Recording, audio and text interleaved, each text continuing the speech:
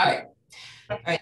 So, hey, everybody. My name is Caryn Prall, Regional Director, Keller Williams, Northern California and Hawaii.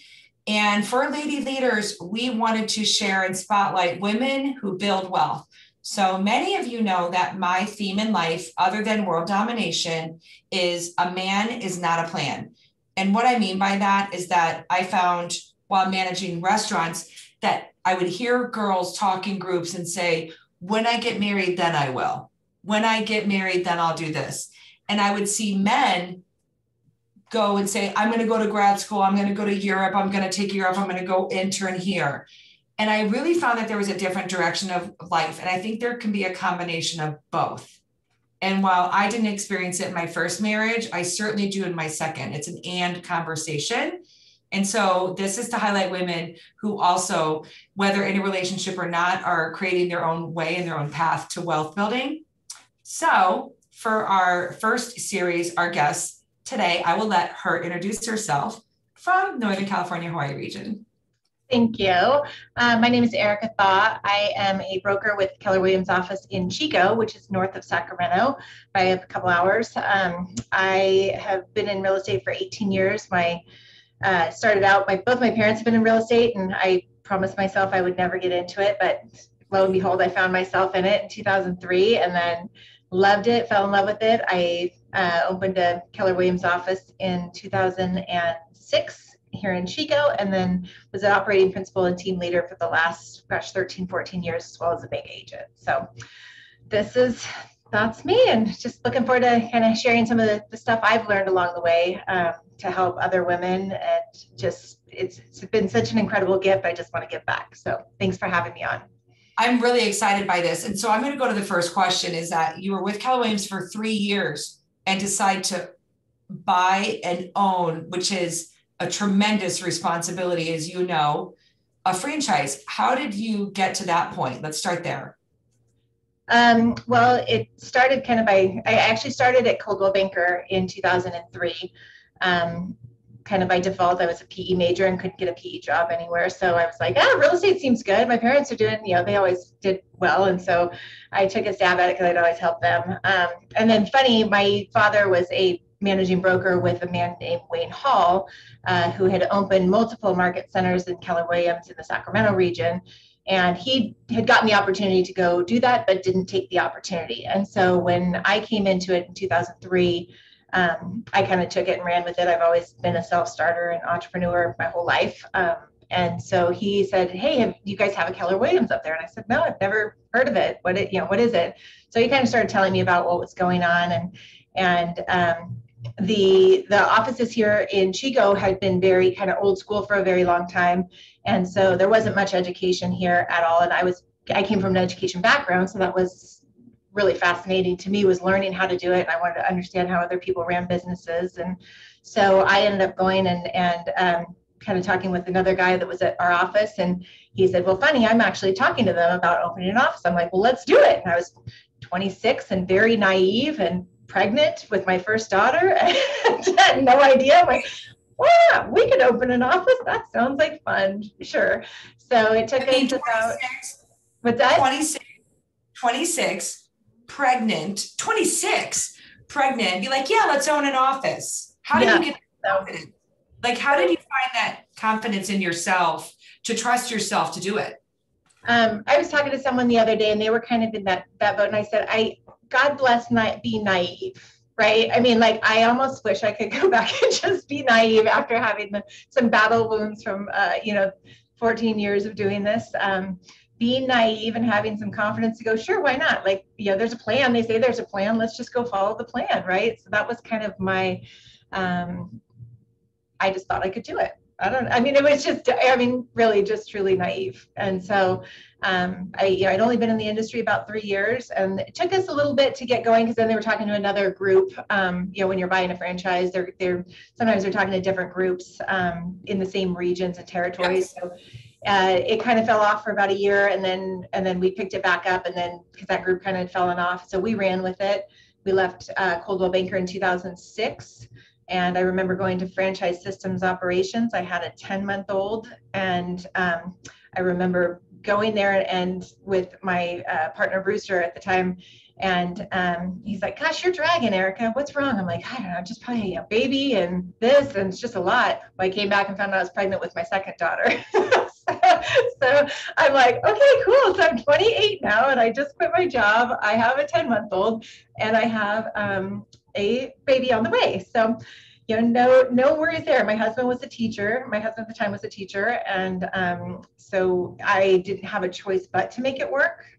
And so then that was in November of 2006. So if I can give you a timeline on that, because that was a key indicator kind of to, I would say, my whole story on where I was and where I am now and how I operate and how my mindset is.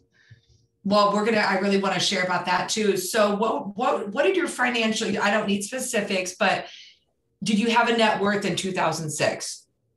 I guess I'd ask it Jay Papasan style. Right. We bought a house, and I think I borrowed the $20,000 from my mom, and I think I had $10,000 in savings. So it took my portion of opening that market center was $30,000, which was really interesting at that time. So I think we had 5 partners, and so and then I was going to be the team leader was the role I was going to take on. So that didn't happen until we became official in 2008. But okay. Yeah, so at the time, net worth maybe 20 grand, maybe 10, maybe 5, maybe negative. I don't know. It wasn't student loans still at the time, and was just just doing our best to squeak by. So it perhaps wasn't a negative at that point, that if you had any student loans or mortgage or a debt too. So and with 2, 1 kid and 1 on the way.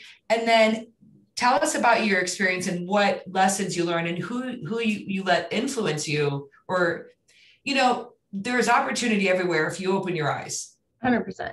And sometimes we look down and I think naivety can be an advantage. Like, thank you. I'm glad I didn't ask too many questions because I may have turned the other way. Right. And now with overtime, like you said, we get wisdom around things. But what were some of the reasons that one, KW was attractive to you? And I'm not trying to make it a KW commercial, but there was something that clicked.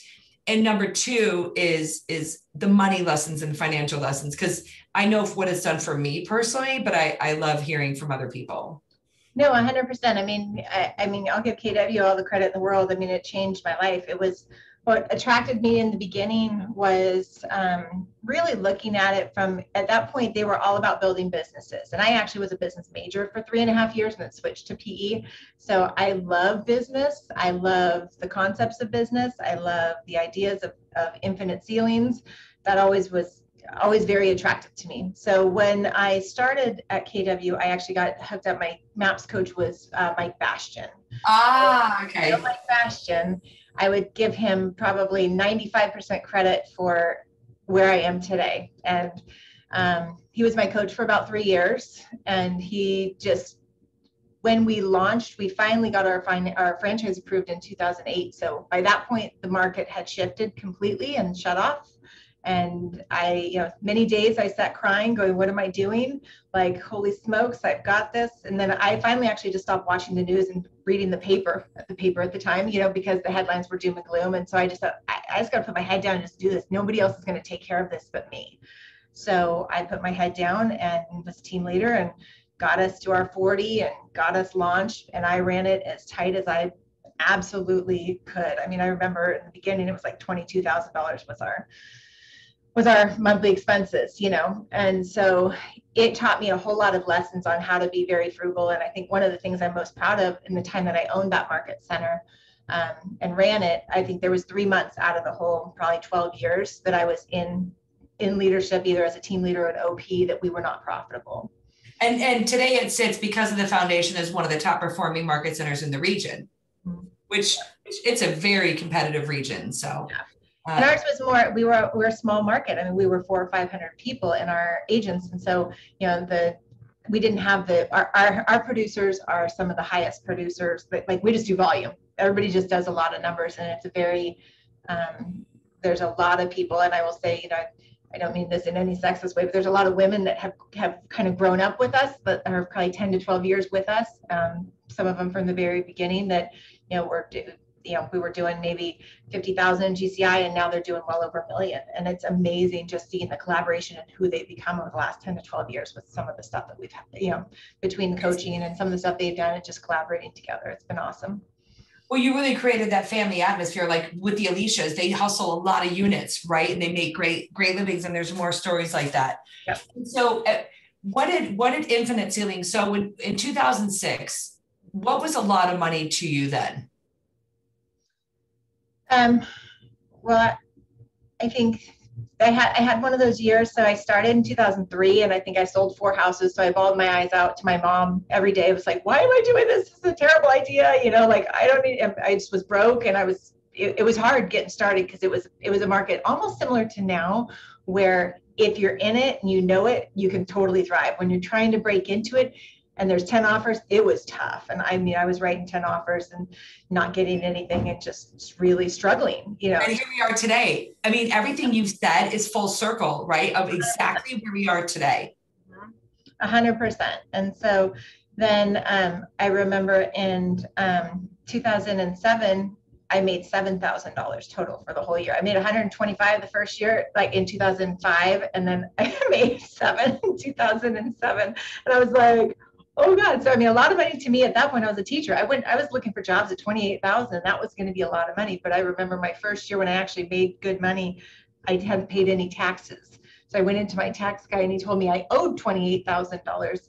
And I sat and cried in his office. And I'm like, I've never even made $28,000 in my life before. But you got to, I was 25, 26 at that point, Man, we were having fun at that point on $100,000 a year. So, yeah. And don't you find every new agent, they're like, I want to make 100. They're like, no, let's go to 250. Like, let's check that ceiling. Yeah. And so now, getting I call it we call it the financial thermostat. Mine was very low too as a woman. And I share a lot about self-confidence versus self-worth. And so I always had a lot of confidence. I never had a lot of worth. Okay. And I would allow my financial thermostat to equal that. Have you had any experiences like that as well? Or has it not been that way? I think for sure. I think where I'm sitting now, I can 100% tell you. I've had a very big, kind of a transitional period over the last few years that I went intentionally on, because I've also realized that money doesn't equal happiness. So I'm like, yeah, I've also made a ton of money and been really miserable, not seeing my kids, not full of joy, and watching some other people do that too. And I was like, what, like time out, like, what am I doing? So when I look at self-worth versus, self-confidence, I think I've always been fairly confident. Like I'd bet on myself before I bet on anyone else, because I know I'll do whatever it takes to make it happen. Like there's nobody else is going to ever, I've always just kind of gone with that mindset. Nobody's going to do it for me. If it's going to happen, it's just mine. And I probably hold myself way more accountable to myself and to others than anyone else does. Even some of my old partners are like, we're good, Erica. Like this is on you. Yeah. Like, and I'm like, okay, am I doing everything all right? Are we all happy?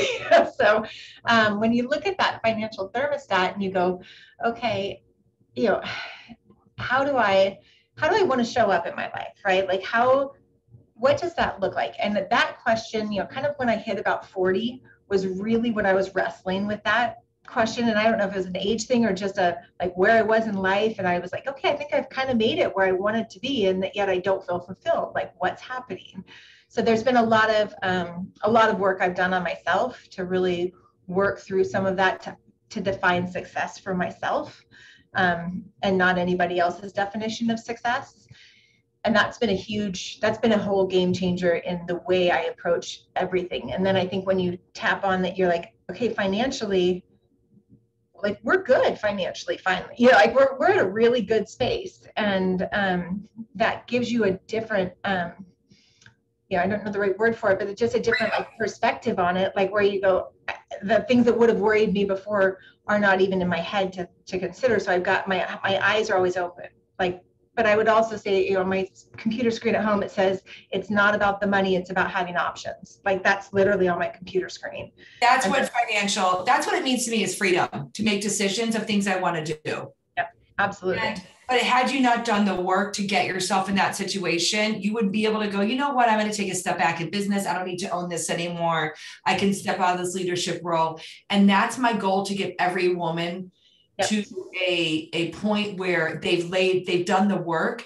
And then now, because then they can say yes to when the tap on their shoulder or something else comes along, or they just want to sit back and sit in what they've created, in the world they've created for a while. Mm-hmm. And something you've talked about, I've heard you use the word mindset 3 or 4 times. Mm-hmm. And when you have said, no one's going to do it for me, I'm responsible for my own success, it is on me.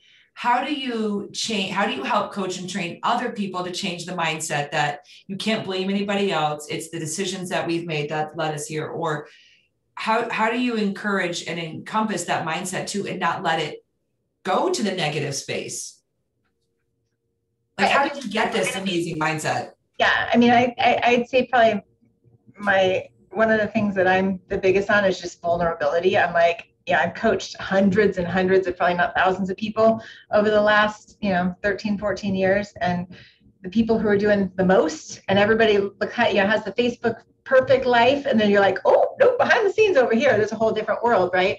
So I think when I'm coaching people and trying to talk with people, it's getting everybody to understand that, like, this isn't just you and your world, that everyone has stuff, right? So now it's just up to us on how do we not let certain things sabotage us from what we really want to go after, or what story are we telling ourselves that really might not be true, or what are the things that are really holding us back from being true to ourselves and what we actually want, which may be totally different than what society tells us we should be doing, or totally different than what the person that's in the next office over is doing, or across the way, and they're like, oh my gosh, they're doing all this amazing stuff. Well, that's theirs. That's their goal. That's not my goal. So I've got to be true to what do I actually really want, and get clarity. I mean, so when I'm coaching people, I'm like it's a whole life balance thing. I mean, it's a wheel of life. Take the wheel of life. What does a 10 actually look like to you, and how are you doing it? Because if you're,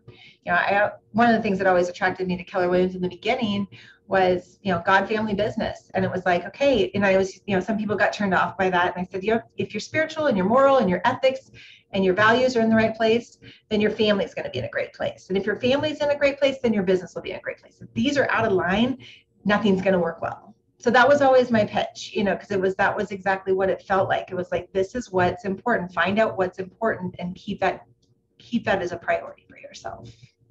And how do you help people find out what is joy to them without judgment or anything, like, for that they look at everybody else, and there's so many phrases and terms around it, but I'm just like, what is fun, or what brings you joy, and helping people discover what it is they truly want? How do you get them to that space? Well, I think it's a journey, honestly. I mean, because it's a lot of times when someone comes into coaching, they are coming in, and this could just be, I mean, as a team leader, we always used to joke, like, keep a box of Kleenex, because everyone will, it's more like therapy than it is coaching sometimes. And so sometimes it's a blend of it, but what it's done for me is opened me up to so much empathy for people to realize, like, everyone's battling something, right? And then it's about going back and, like, when you feel like, when you go through that questioning, especially with, like, the wheel of life, and you go through that question, you go, okay, if you can really, like, and it's almost a little bit of that bold exercise we used to do, like, dream your life, like, what do you really want? But then I break it down to, like, do you want to go on date nights with your husband? Do you want to, take your kids on one-on-one dates? Do you want to do this vacation to Hawaii? Whatever those pieces are, I don't care. I mean, for me, it's going on a rafting trip this summer with my kids. That's what I want to go to, with no cell phones. That made these totally other people go, no, thank you. But that's my journey on what's going to fill me up. And when I'm sitting in it, and I do an exercise where we, like, really close your eyes and just go, when was the last time I really felt like I was super, like, at peace, and I can smell it, I can feel it, I can hear it. Who was I with? What did it look like? And then we just start journeying back to, like, okay, now how do you, like, selling 20 more houses may not get you there. Like, so let's get really clear on are the decisions we're making getting us closer to the things we want, or closer to things we're supposed to do, because we're supposed to increase our goals every year, right? Well, I'm like, you don't know your numbers, you don't know your profitability. you may not need to sell any more houses, just FYI. We may just need to get some clarity around some things and pull back and scale back and go, cool, could we do this for 200,000 a year versus 400,000 a year? And could you have your life? You told me you were miserable last year. We're coming in crying, you know? So what could that look like for your life and your soul? Like, be good to your soul, you know? So it's just some journeys I take everybody on, and different, you know, different tools that we've all kind of used, that are really important. But it's been what I found with building wealth, because I didn't know what that was going to look like. And I still don't know if I have an end game to that, to be quite honest. Like, I kind of keep going, I think this is where I want to be. But then I'm like, okay, right now, like, what do I need to be doing today to get there? And they're like, is that going to serve me and my family right now? Like, well, also is that I want people to have grace around the fact too, that it can change and readily admit that it changed. And so my coach would always say, is that in line with your goal? Or my business partner would say, well, is that in line with what you say you want? If not, it's okay. And he really meant it with no judgment at all. Like, if you want to go that direction, that's amazing. But then we all have to get in realignment too. 100%. Yeah. And so I think, you know, when you're looking at it from a judgment standpoint, I think I used to judge more. And then the more people that I met and learned their stories, I just realized, like, you know, my favorite quote I ever learned, and it was something I just totally took to heart, was, you know, we judge others on their actions, and we judge ourselves on our intentions. Boom. We can just stop there. Well, it's interesting. I feel like the more vulnerable and open I am, the less judgmental I am.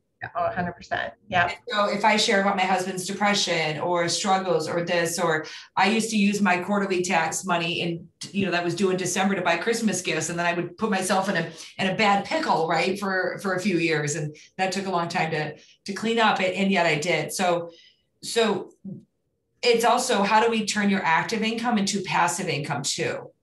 100%. Because I think that was such a key thing that I learned along the way, when I feel like we've gone in some seasons with Keller over the last 12 to 13 years. And like, some of it's been very much heavy on the building wealth and building passive income opportunities and building your businesses. And then, you know, it shifted in different times. So there were some things I totally held on to. And we're back there, by the way, too. Gary's only focusing on wealth building, thank God. So, well, and thank God that they're talking about just profit, because it seemed, I'm like, who cares about how many houses we sell if we have no profit? Like, and we're killing ourselves and we're not giving ourselves joy, then why are we doing what we're doing?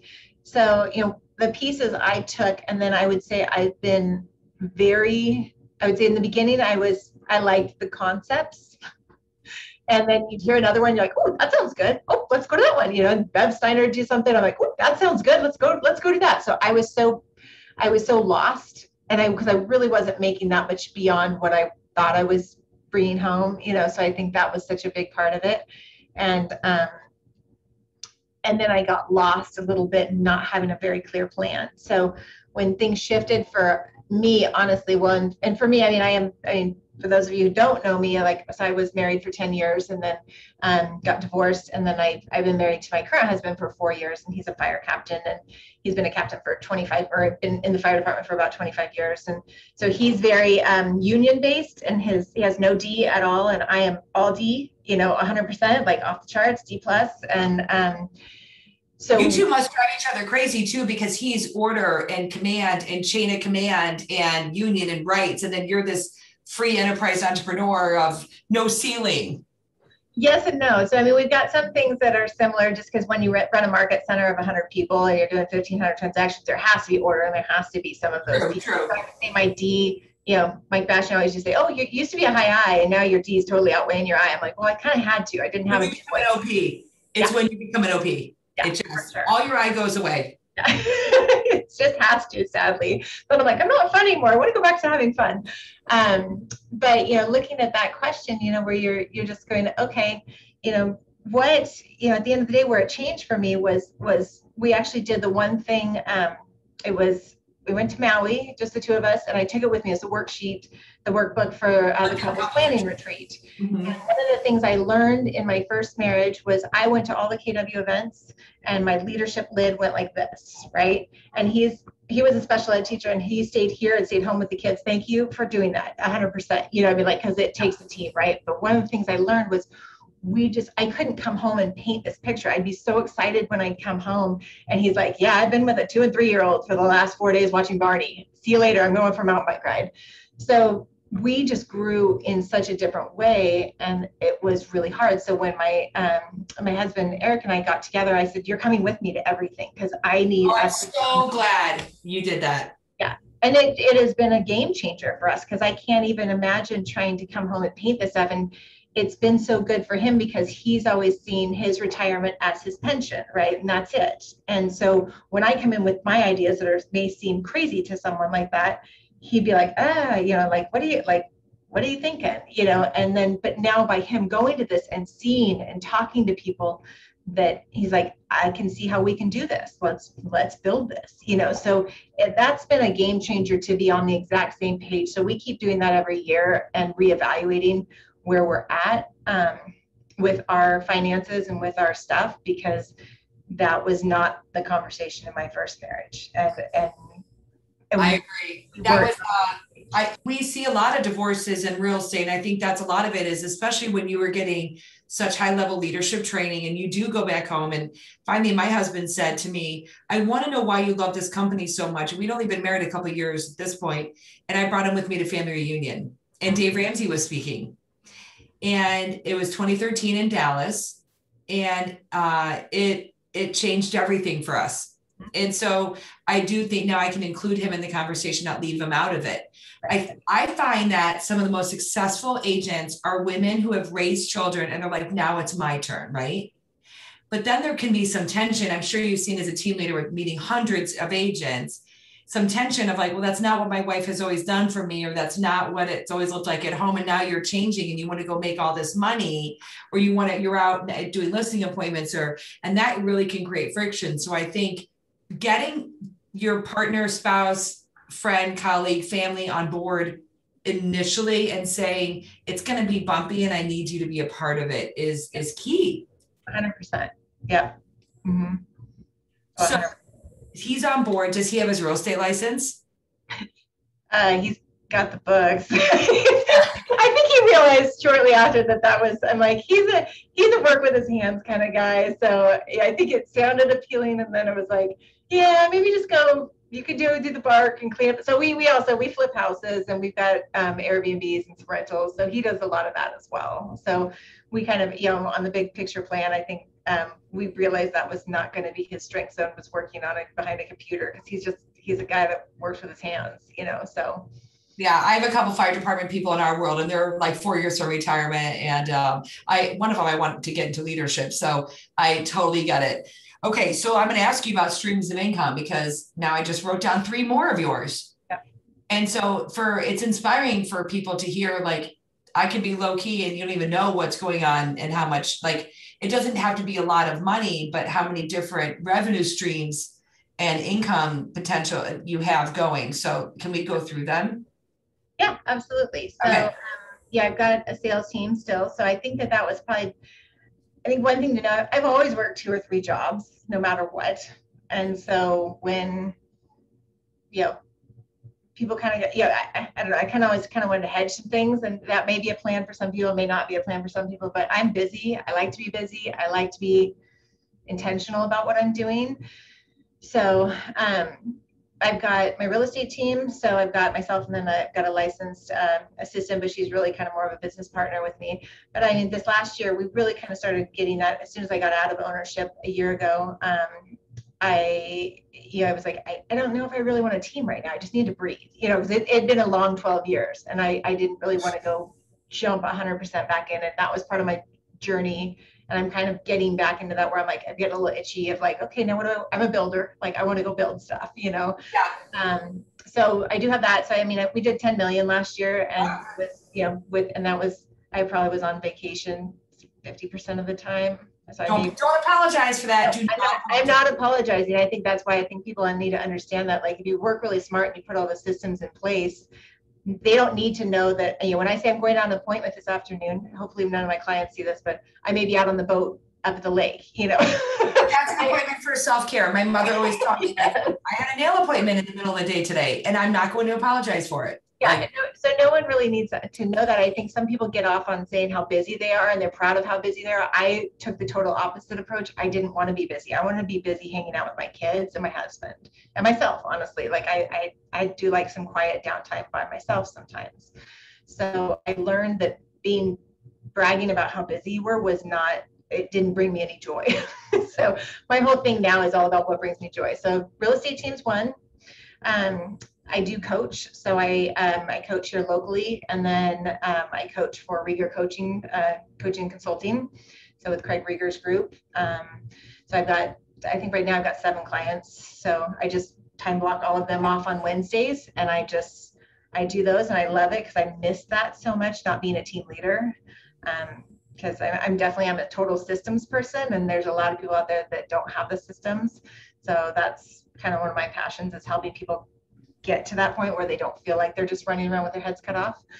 And then we have 3 rentals right now. One of them's an Airbnb up in the mountains at a lake, and that one's doing awesome this year, which has been fun. But we use it, we go and fix it, 3 or 4 or 5 times a year. And so, which means we play, and then we paint something, we write it off. So it's, there's some really smart ways. I mean, I've learned a lot along the way, some from. Well, people aren't entrepreneurs for no reason, just to go work. Right. No, my whole thing was about how do I pay less taxes? So if I'm going to make my goal is for Keller Williams to pay for me to travel around the world. Yeah. 100%. Yeah. And so we've got that. I've got a regular rental right now, and then we are actually in the process of gutting. We bought a house a couple of years ago. It was built in 1925. So we're gutting that, and we're going to turn that into an Airbnb right downtown Chico. So that's been a huge project. So my husband's been working on that one pretty much solo doing that, but he loves that. So that's good. I've got profit shares, another stream of income. I had my ownership distributions, but I just sold it. So we've got a 5-year payout on that. So I'm getting that as well. So, for me, it's just about kind of going, okay, where are these spots coming from? And you flip homes too? Yeah. So we flipped a couple and then just sold them too. Okay. Yeah. But I'm counting 6 just right there. And then your husband's income. My husband's income, yeah. And then we put money into deferred comp. We do the stock market. We do all that. A lot of that's more long-term stuff for us. But really, where my game changed, if I was going to kind of pinpoint it, is when I started just paying myself a salary. Because a sales team. Well, in everything. Yeah. So and some people go, gosh, that seems like a lot of money, but it's really not, because I have a very specific budget, and that also, for me, that includes my vacations. Yeah. And that includes my kids college funds that get funded every month. It includes I have 3 teenagers, so I actually have a car fund. I'm putting like $150 a month in too. So I'm like, oh God, I'm gonna have to buy 3 cars here pretty soon. You need a car insurance fund too. Yeah, no, they will be paying for their own car insurance and their own gas. That's our rule. So yeah,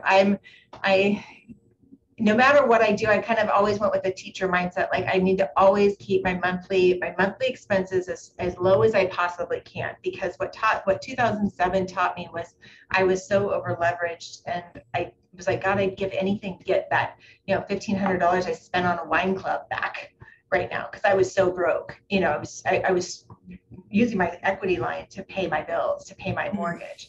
And right now, when things are good, everyone's like, yeah, money's good. Let's buy a new car. Let's buy a new house. Let's do this. And I'm like, ooh, let's keep our monthly expenses right here, so we can always maintain them no matter what, until we get to a certain level of net worth. Then we can start opening up. And my husband will tell you, I'm probably one of the most conservative people out there as far as that goes.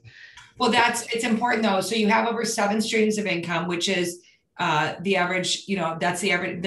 Most millionaires have at least 7, or the average is 7 streams of income. So you're hitting that stride, right, of those income streams. And so that's where the freedom comes in, and you can go on the boat, you can go on a weekend, and you can go on vacation and not apologize for it. And then being able to say yes to another opportunity too is being open-minded about, I want to go buy this property, or this just came up, and actually being able to consider that it might be a possibility. So how do you change, like, if your parents it sounds like they didn't have a lot of ceilings either in their thinking, right? As realtors. I mean, they were both, my parents, they've both been brokers their whole lives, and they both, my dad was a managing broker for a long time, and then him and his wife, they sell in the Lincoln Hills area, and then my mom, she's pretty much out of it now, but I mean, she did really, had her season of doing really well, and kind of just enjoying her life. I mean, she'll do a few here and there when she gets referrals, so she said, I talked to her this morning, oh yeah, I got so-and-so called. I'm like, great. So, I mean, we kind of joke about it because she's definitely in the business still, but not like doesn't have to work it, kind of thing. So. Right. That's how I'm a daughter and a granddaughter of a realtor. And my mom now has dementia, which is awful. But the other day she told me how she was going on a listing appointment. And so you have to chuckle because she still thinks she's involved, which brings her joy for that short amount of time. Sure. And so having the conversation about wealth building and legacies, like that's my favorite thing to do, is coach people into changing their entire family story moving forward because they decided to engage and make a decision that will change their family story too. 100%.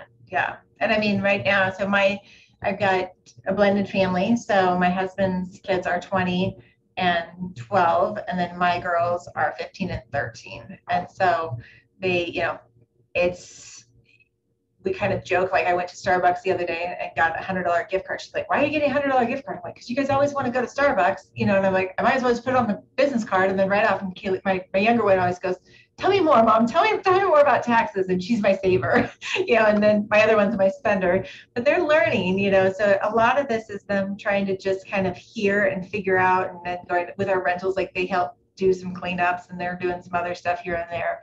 So just trying to get them in that mindset of, this isn't easy. Eric goes to work, my husband goes to work, minimum of 48, sometimes 96 hours a week, and then goes and works on the rental, and he's exhausted. I'm like, well, this is what this looks like to build this. Like, this doesn't just come. This is, this takes a lot of work. And so they're good kids and they work hard, and they have a strong work ethic, which is really important to me. I mean, it's obvious where they get it from. And it's empowering too. It's something that my mother did for me. And I had to remind myself to do it, is she added me to a credit card when I was 16 and didn't tell me, to one of her accounts. And it made my credit history very long. So it looks like I've had an American Express account for 30 years. I have a very long credit history. And that was a piece that really helped me in order to buy a house and things like that, is that it didn't put me negative. Now, if I were to take that and go get a college credit card when I went away to school and ruin my credit, that's on me. But it gave me a leg up of how to help me in my credit situation too. Yeah. Now my kids right now, it's called a green light card, and it's a debit card, and they can see where they spend their money. They can see they get allowance $10 a week, but they have to have their room mom cleaned once a week, and they have to do their own laundry. That's for your $10. That's what you got to do. And beyond that, it's like you can make dinner and you can make a little extra money, or you can do a few things around the house. But it's great because it's getting them to understand, where they're spending their money. Because my one that's a spender will sit and say, all my money's gone. And I'm like, well, let's go look and see where you spend it. Oh, boba. Oh, DoorDash. Oh, Oh my gosh. I know the instant gratification that everybody expects today. You're like, no, this takes time to build this, and you don't just get this, and you can't just go make more money. It's not that easy. Right. So I think it's good to see people that it's hard work, because that's why people get into real estate, is we make it look so easy and they think they can do it. They don't know why they're not succeeding. It's like, well, because it's really hard work. Yeah. And so if you were someone in your 20s, go back to your 20s, and I don't want you to I don't believe in regrets. I believe in lessons. But if you could give advice to someone who is, 18, 19, 20, there's a book called The Defining Decade. And it's about how decisions in your early 20s or late teens can affect the rest of your life. And so what advice would you give to your girls or your kids' generation today about wealth building? Like one or two key pieces as we wrap up. Well, I think probably the biggest ones are, is living beneath your means. That's everybody, like you just hit the nail on the head. Everyone wants instant gratification. They want it now. They want the big car. They want the big house. And then they're, even just from a credit card standpoint, because they want all the cool clothes that somebody else is wearing, or go out to the meals that they can't afford because we could afford them as the parents, right? So looking at those, if I'm looking at myself at 18, 19, 20, what would I have done different? I mean, for one, it was, don't get a credit card. I do not live on any credit at all anymore. I mean, that drowned me for many, many years trying to get.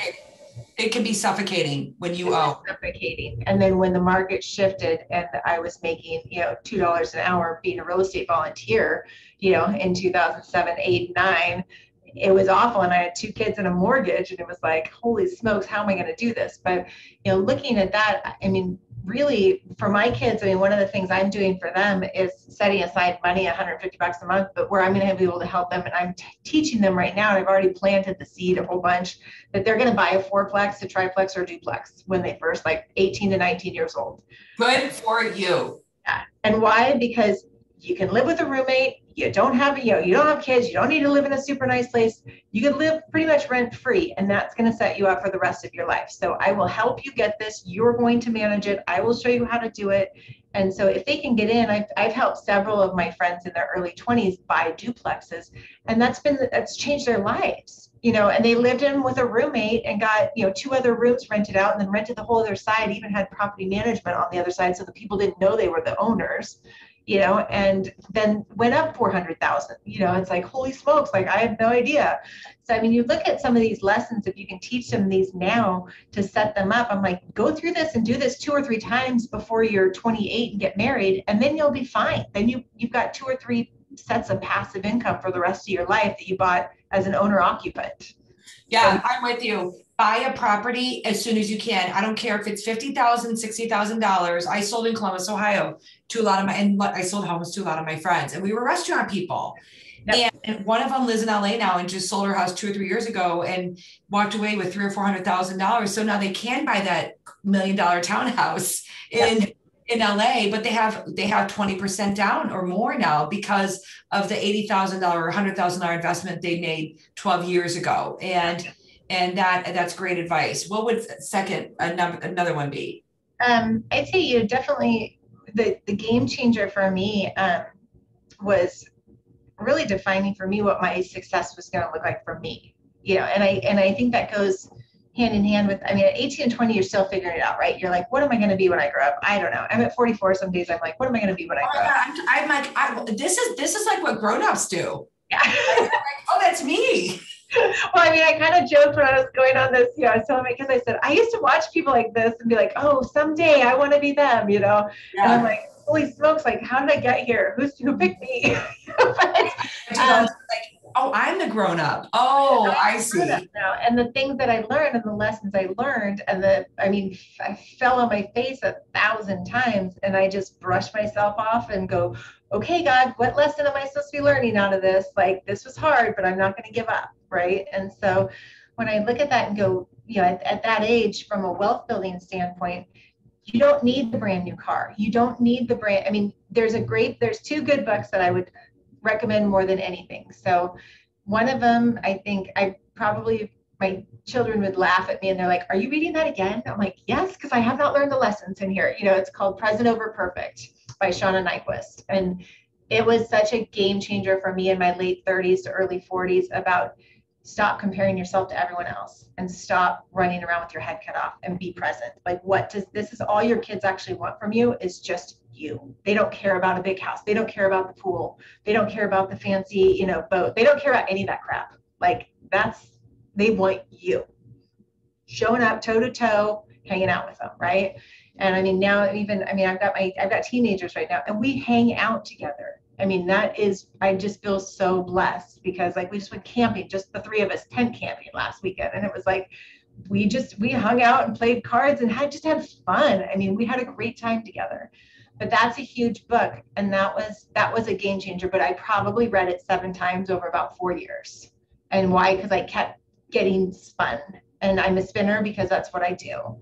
And so trying to get myself to slow myself down long enough to really go, okay, what is it I really actually want in my life? Like, where is my joy coming from? My inner joy. Where is my inner peace? Like, doing 10 more sales, building a team, is that going to actually bring me joy? If it's coming from the right place, it will. But if it's not, just because somebody else is doing it or somebody else thinks I should do it or I'd be really good at it, maybe that's not the right choice for me, though. And then the other book that I would highly recommend, I just read it, but I've read it now 3 times, and it's called The Psychology of Money. Oh, yes. I've read it. Mine, I mean, I've read lots and lots of books. I mean, there was tons of great Susie Orman books. I mean, I'm a learner. Like, that's something I read every day, Okay. or listen to a podcast. I think that's a huge thing, to just understand what's happening in the world, and read and learn. And that was I mean, the Psychology of Money was so good. And there's one statement that stuck in there, and they're like, you're more impressed with any of your possessions than anyone else's. Boy, isn't that like, let's really sit in that for a second. Right. And I had to go, I have 2 coaches. I really believe in coaching for me to be better. And for me, when you mentioned like present nor perfect and don't worry about what everybody else is doing in a running theme, it's hard not to when you feel something that's missing in here. And so for me, it was, I had to get to a space in my world that I was no longer performing, which I was seeking validation for my behavior from my father being a depressed alcoholic, and choosing alcohol and friends over his family was a huge trigger. So she asked me a very tough question, which was, how long have you been performing? And I, of course, said, I don't know what you're talking about.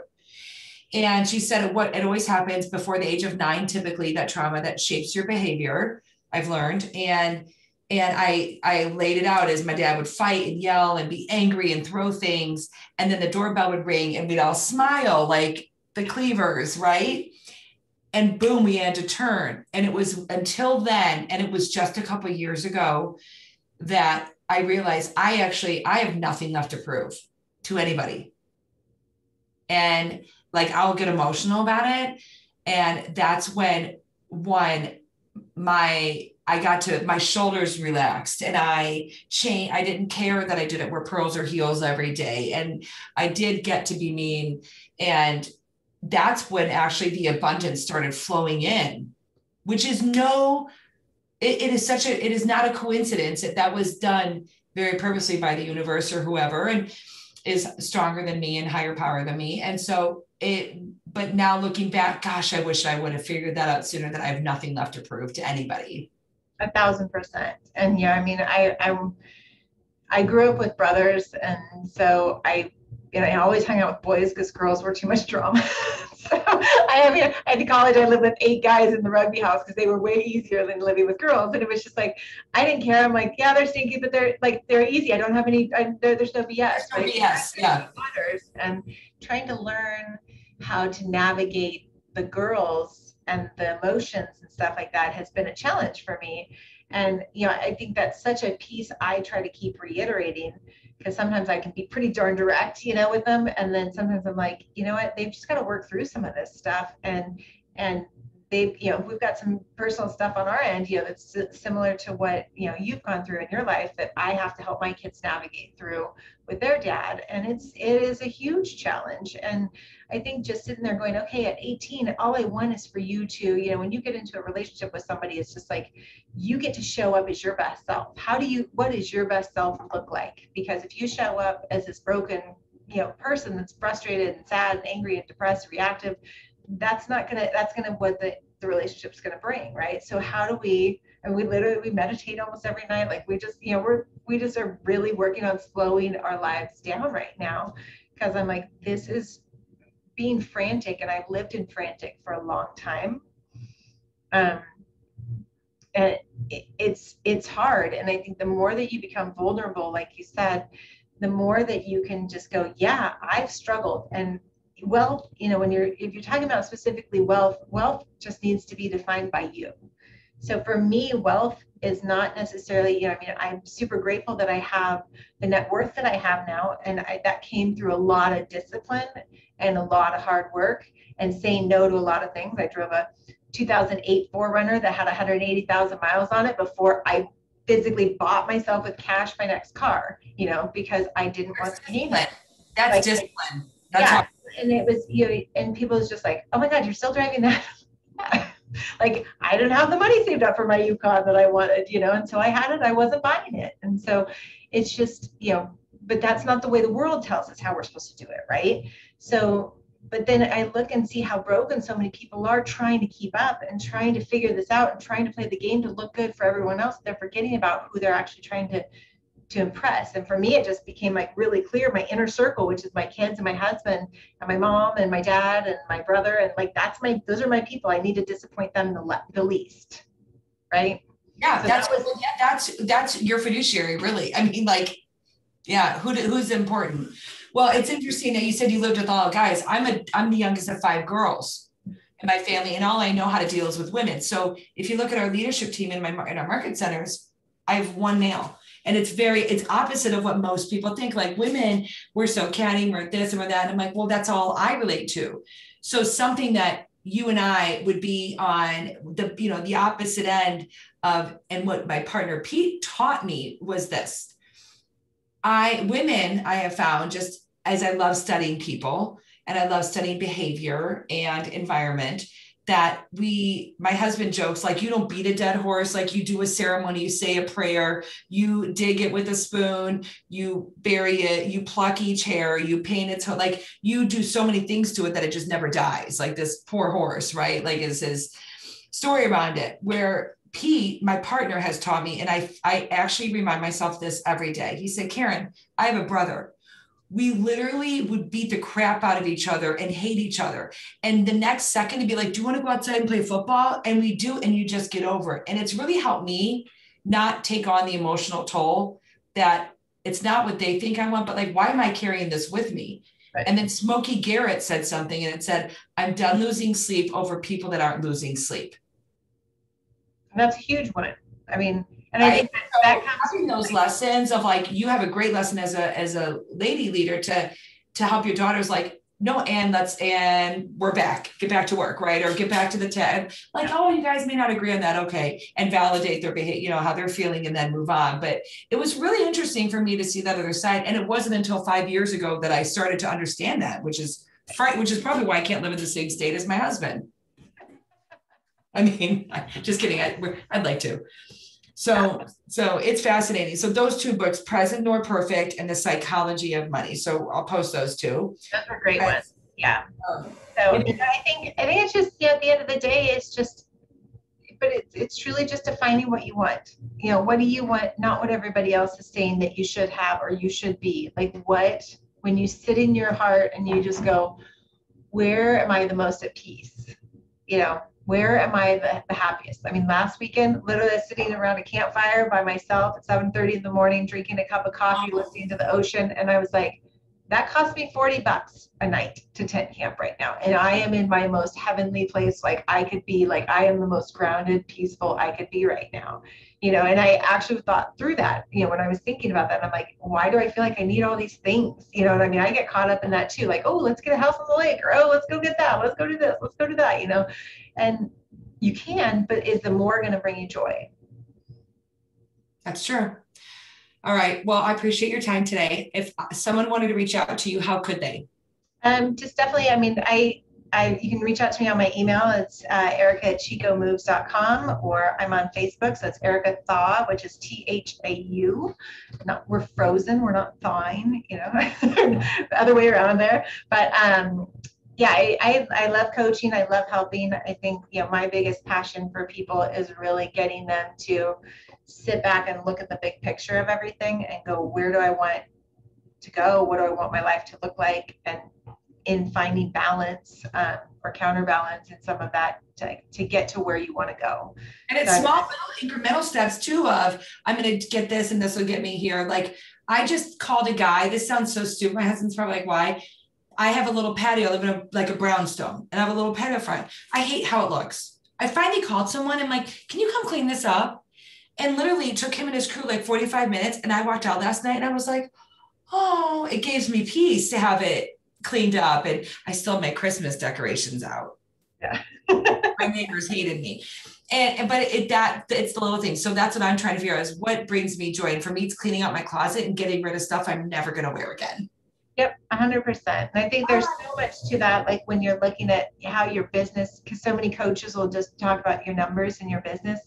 And I've learned so much more about people to go, well, that's great. Now let's see how that's aligning with the things that you're telling me are important, which is your family, your kids, your vacations. How is this calendar lining up with that calendar? So that's really where my passion is getting clarity on a lot of that stuff and building systems around it so that you live your life by design. We were taught that, and I can say now at this stage of my life, I love my life. I love my life. I love where it is. That's what makes me emotional. Yeah. Yeah. I see what the evolve, like how much we evolve in when we're given the opportunity to those that are raising their hand. Yep. And you're willing to put in the work and look at yourself first. Well, that's the hardest part. The biggest issue. Self-acceptance that it might be me. Yeah. In the way. It usually is. Yeah. It always is. Yeah. Okay. Thank you so much. All right. Thanks so much.